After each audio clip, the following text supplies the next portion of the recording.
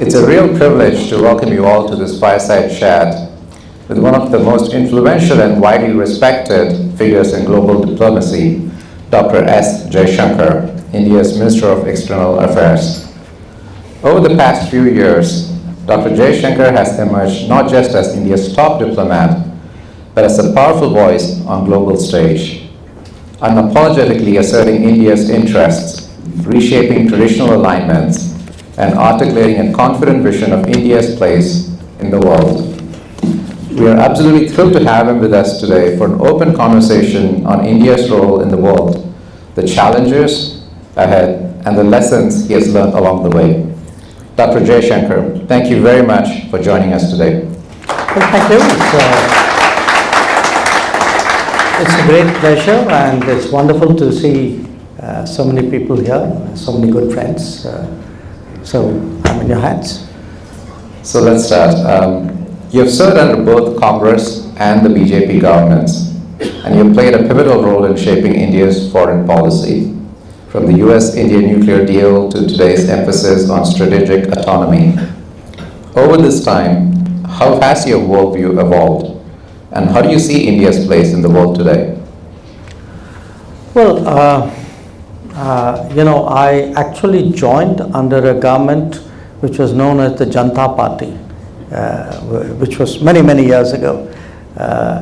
And other than the Congress and BJP, of course, in between we had what were called third front or coalition governments as well.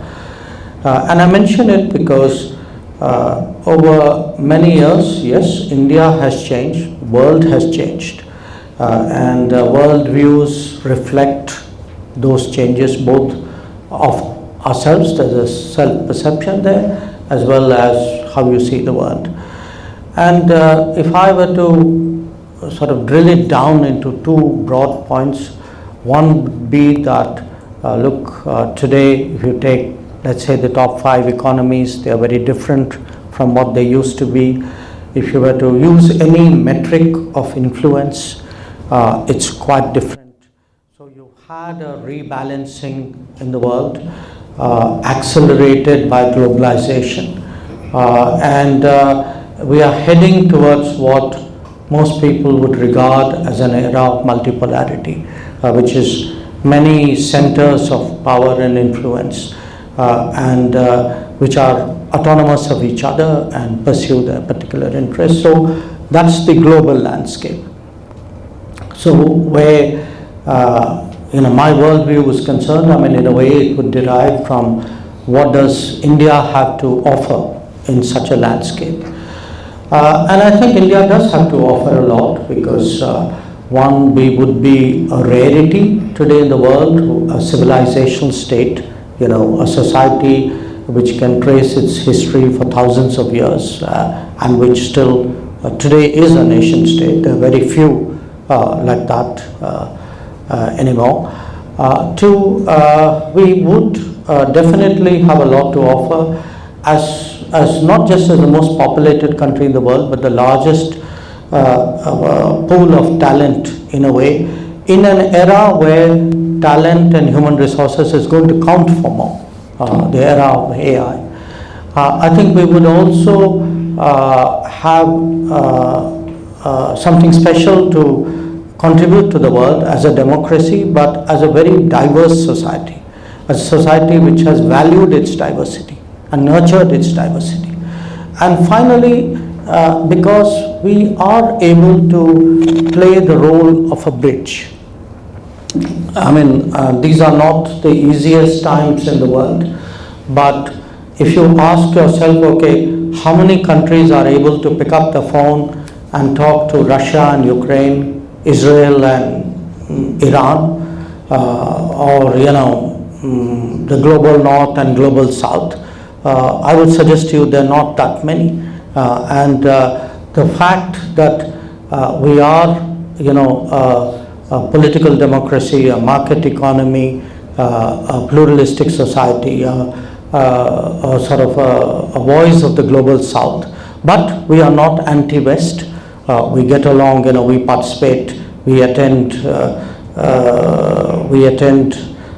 the G7 meetings. In fact, From here, I'm going on to Washington for a meeting of the Quad, and from there, I'm going on to a meeting of the BRICS. So I think that should tell you something. That's great.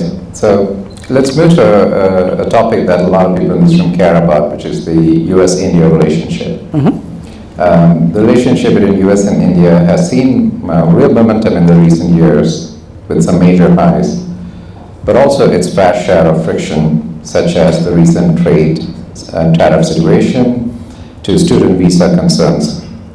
Looking ahead, how do you see this partnership evolving over the next 2 years? And in your view, what's your vision for this partnership?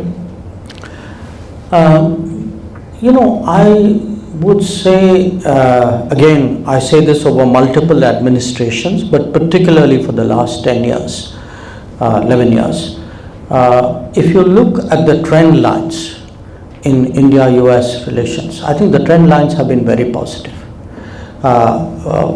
Just think back over the last 5 presidents of America: Clinton, George W. Bush, Obama, Trump, Biden, back to Trump. 5 very different presidents. And yet, at the end of every presidency, if you were to do a dipstick on India-US relations, you'll find it's better off than it was at the beginning of that presidency. And the trend line over the last 25 years has actually been very, very strong. Because I think there are structural factors that work for the relationship. That the economics, the technology, the human bridges, the education, the security, the energy, all these are today drivers of the relationship. Now, are there arguments, are there differences, are there episodes? Sure, it happens. It won't be for the first time. I mean, in fact, at every one of these presidencies, I can think of something which at that time was a friction point. I mean, I remember even the time when I was ambassador here. I mean, I literally came in a few days after we had a problem related to one of our diplomats in the city. And then I had to deal with 301 issues, with compulsory licensing controversies, with plans to sell F-16 aircraft to Pakistan. We dealt with it. So it's not, relationships will never be free of issues, even I would say differences. I think what matters is the ability to deal with it and to keep that trend going in the positive direction. Now, you spoke about trade. Yes, we are in the middle, hopefully more than the middle, of a very intricate trade negotiation. Obviously, my hope would be that we bring it to a successful conclusion. I cannot guarantee it because there's another party to that discussion. But no question, we do think today that trade, there will have to be give and take. And just like the US or people in the US may have views about India, people in India have views about the US too. And we'll have to find a kind of a meeting ground there. I believe it's possible. And I think we'll have to watch the space for the next few days. Okay, thank you. So let's move on to a topic that you've spoken a lot about, which is the Russia-Ukraine situation. India has drawn both praise and criticism for its stance on the Russia-Ukraine conflict and its assertiveness on the global stage. How do you balance India's national interest with global expectations, especially from the Western partners? Well, it's one of those subjects where you are very tempted to say, I told you so. And why I say that is, 2.5, in 2022, when things were very different, when the public mood was different, when the debate was very different, we took the position saying, look, you're not going to be able to resolve this matter on the battlefield. That this is not, this is not the era of war. That there has to be negotiation, there has to be diplomacy between these countries. And in fact, initially, frankly, that was not a very popular line to take. Even when people spoke about diplomacy, it was more that you gather a set of countries to castigate Russia. I mean, that was their right. But the point was, it was not very helpful to getting a resolution of the issue. Now the world has come around. I mean, I've been in Europe twice in the last month, and what I now hear in Europe is an interest saying, yes, we need to sit down and talk, and we need to talk the sooner the better. Which is fine. I mean, that's the position we have advocated. We also feel they need to talk directly to each other rather than take positions which are in a way posturing or signaling rather than actually getting down to the brass tacks. So at some stage this is going to happen. Now I'm not sure that this passage of time, very frankly, has been helpful to the West. In fact, I would argue that the longer it has taken, in many ways, many more issues have come to the fore, which were not there a year ago, 2 years ago, 3 years ago. So, but that's water under the bridge. Today, we are quite willing to do anything we can to contribute to that engagement process. And in fact, in the course of the last 3 years, we have fairly regularly, we've had conversations in Moscow, which we have shared with Kiev, vice versa. Whenever any other country or any other party has tried to do something, if we could be helpful to that process, we have done that. It could be on the grain corridor, it could be on fertilizer supply. The grain corridor was led by Turkey at that time. The fertilizer issue was led by the Secretary General of the UN. There was an effort to stabilize the nuclear power station in Zaporizhzhia. We worked with IAEA head, Mr. Grossi. So if there's anything we can do, we are willing to do. But for us, a common sense way is to negotiate a solution to it, because quite honestly, there's no other way. With growing calls to de-risk from China, how is India positioning itself as a viable alternative for economic and strategic partnership with the rest of the world? Well, we are positioning ourselves, quite frankly, on our own. I mean, meaning for our own good. It is, to me, unthinkable that an economy which is the 5th largest in the world, which would definitely by the end of the decade be the 3rd largest in the world, not have a significant manufacturing base. Because if you don't have a manufacturing base, you're not going to get innovation and technology, which is a corollary of manufacturing. And if a country like us, with our human resources and talent, doesn't have that technology and innovation, honestly, we are wasting our human talent. So if I were to work this backwards, to me, in a way, our economic future and all the possibilities, when we speak about AI and you speak about EVs and you talk about space and drone and underwater, I mean, these are all within the realm of possibility. If we actually gear up to have the capability and the human resources, the trained human resources, and the culture of creativity and innovation to deal with it. So how do you do that? One, to frankly make the country easier to do business, which has been very much the focus in the last decade. To make it much easier, not just for business, but for people to live, ease of living. You debureaucratize, cut down the rules, the paperwork. try to create a modern infrastructure, which has been very much the focus of our efforts here, and where, in a way, I would argue, where really very big changes have happened in the last decade. If you look at some of the numbers, and quite honestly, if one were to even look at the comparative state of infrastructure, I think there's a lot to be said for what is happening in India. I mean, in the last decade, we have built 75 new airports, which is about 7 airports a year. We are laying roughly about 10,000 kilometers of roads every year, about 4 to 5,000 kilometers of railways every year. If any of you who's been to India and traveled on a train, I mean, I think you would recognize the enormity of that transformation which is going on.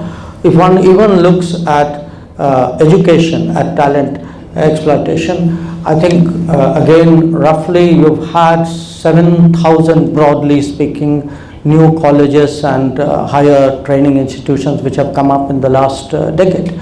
So there is a very deep sort of churning which is taking place in India, much stronger capacities. I mean, pretty much in any sector, if you look at the first 50, 60 years of what we did in India, and you look at the last decade, we managed to double. And there's a very broad sort of estimate that I'm giving you. So we need to do all of that, because until you do that, you cannot emerge as a credible destination for global business. And you cannot then become part of the global supply chain. I think today we have reached that point. You know, I see we have, if one looks at GCCs, really the explosion of GCCs in India today, and see the exports. I think GCCs today probably directly generate between 150, 170 billion dollars of exports. Or if one even looks today at how sort of relevant we have become to finding effective solutions in many areas. Digital public infrastructure would be one. Space would be one, where we would be globally competitive. Vaccines would be one. Pharma would be one. So you are actually seeing this emergence of India as a serious economic alternative. I accept that there is a lot to be done.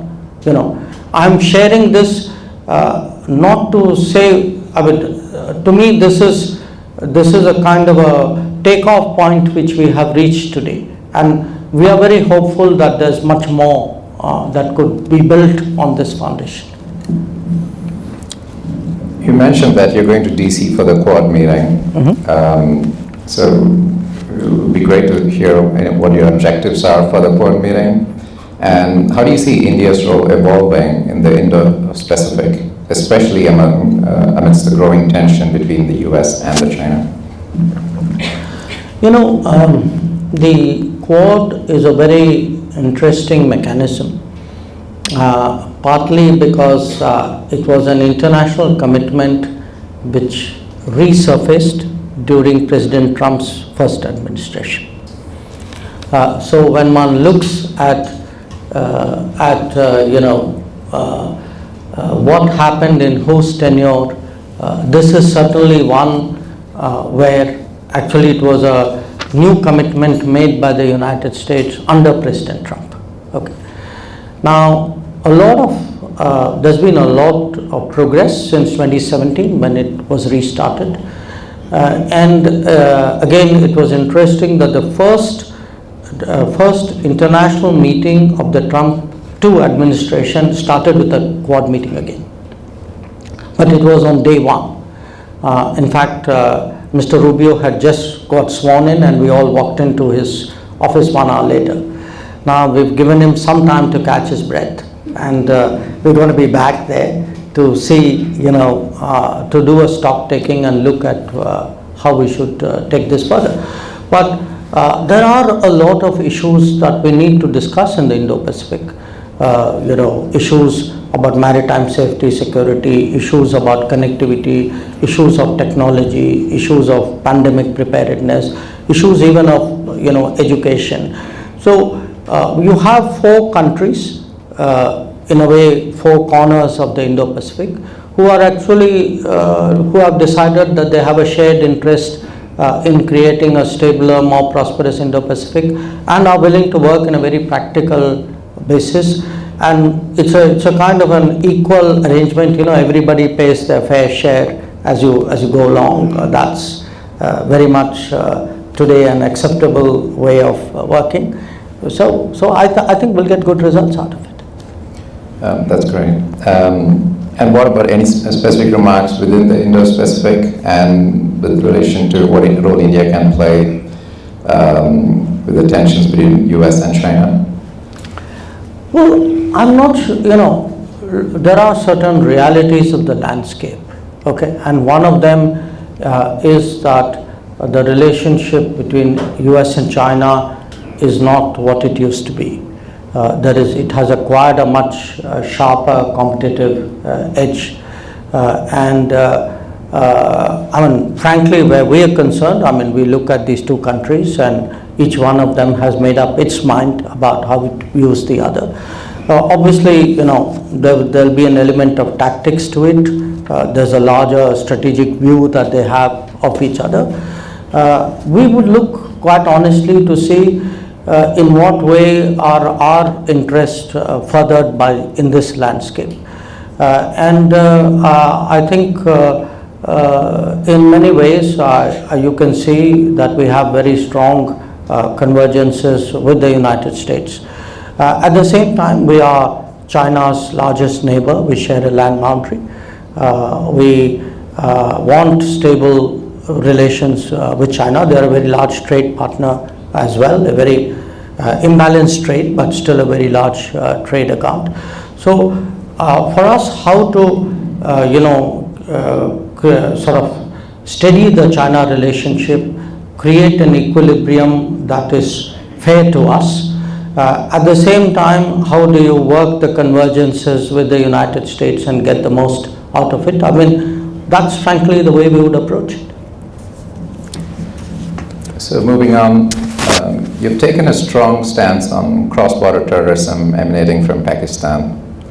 What is India's message to global powers and international institutions on this issue? And what diplomatic and strategic red lines remain with Pakistan?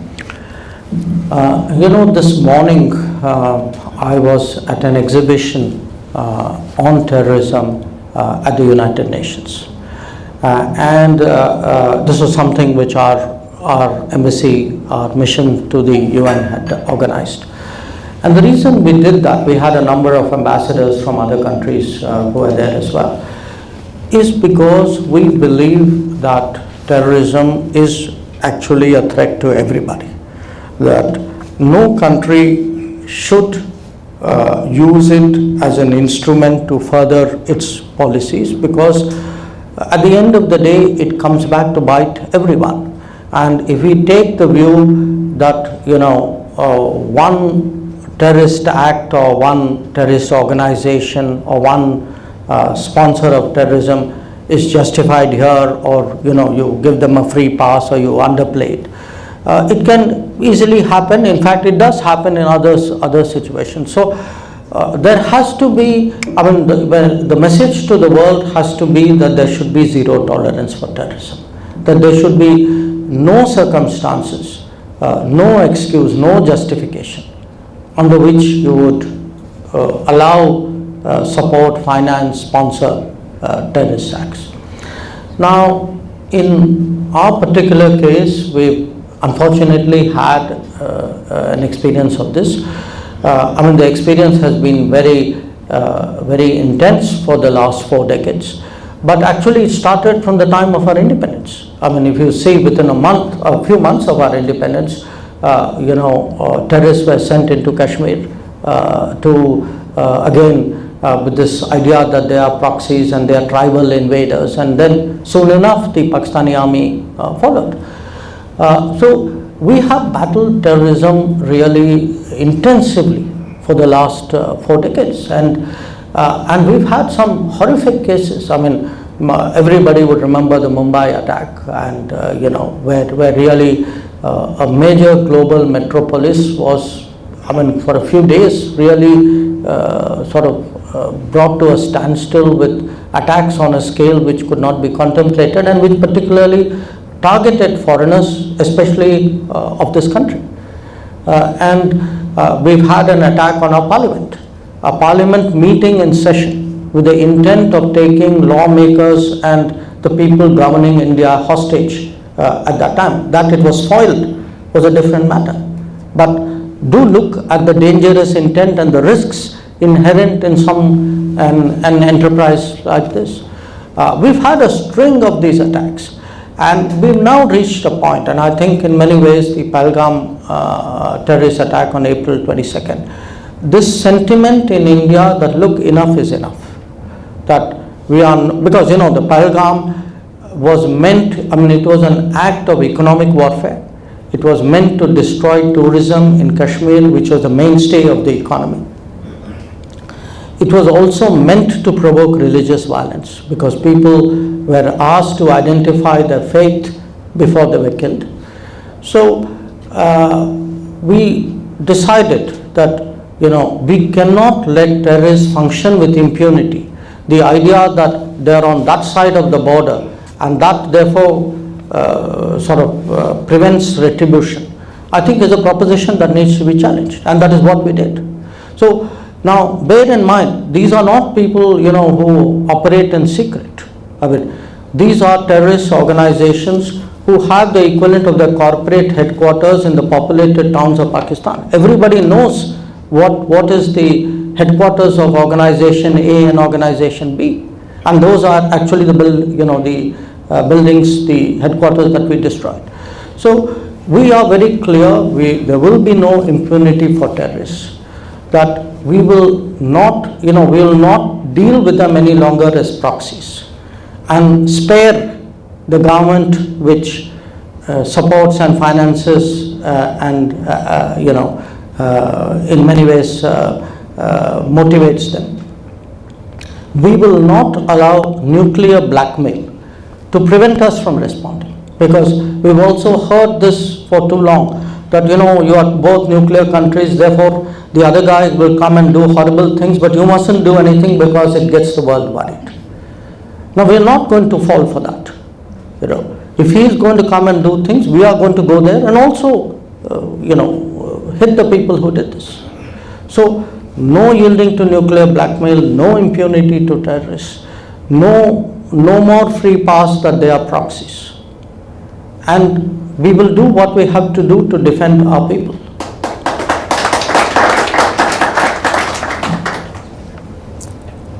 India has been active in forums such as the G20 and the UN. What reforms do you believe are necessary in global governance institutions to reflect the realities of the 21st century? It's interesting that you put G20 and UN together. And I'll tell you why it's interesting. Because before the G20 came, there was something called the G7. Okay, the G7 were primarily Western countries. Japan, for this purpose, was a Western country. Now, the G7 finally reformed. It reformed under compulsion. That when the global financial crisis of 2008-2009 happened, the G7 realized, G7, G8, because Russia was part of it then, they realized that they couldn't handle this on their own, and they needed to expand it and bring in other countries, and that's how the G20 came about. Now, the UN Security Council today faces the same predicament as the G7, which is, if you look at the big issues of the day, actually they have not been able to do very much. You have what's going on in Gaza. You saw there's a war going on in Ukraine. You had this Iran-Israel stuff. You had the biggest challenge of the century in the pandemic. And I ask you, where was the UN in all of this? Nowhere. So if we are serious about keeping the UN relevant, which we believe in, it's not our case that the UN should be done away with. But the UN needs updating, UN needs refreshing. So if we are now heading for 80 years of the UN, I mean, it makes complete. When the UN was founded, there were 50 members. Today there are almost 200. So think of it in any domain. I mean, if there's a quadrupling, if your shareholders have quadrupled, if your numbers of students have grown 4 times, if your employees have grown 4 times, how can you continue working the same way? It doesn't make any sense. But the G20 shows that it can be done. And we hope at some stage the UN, because I can tell you the majority of members want change. That the problem is a few who are blocking it, using arcane procedures and, wanting, I think they're not even serving their own interest well, because what they are doing is they think they're protecting their interest, but they're harming the institution. So overall, actually, their investment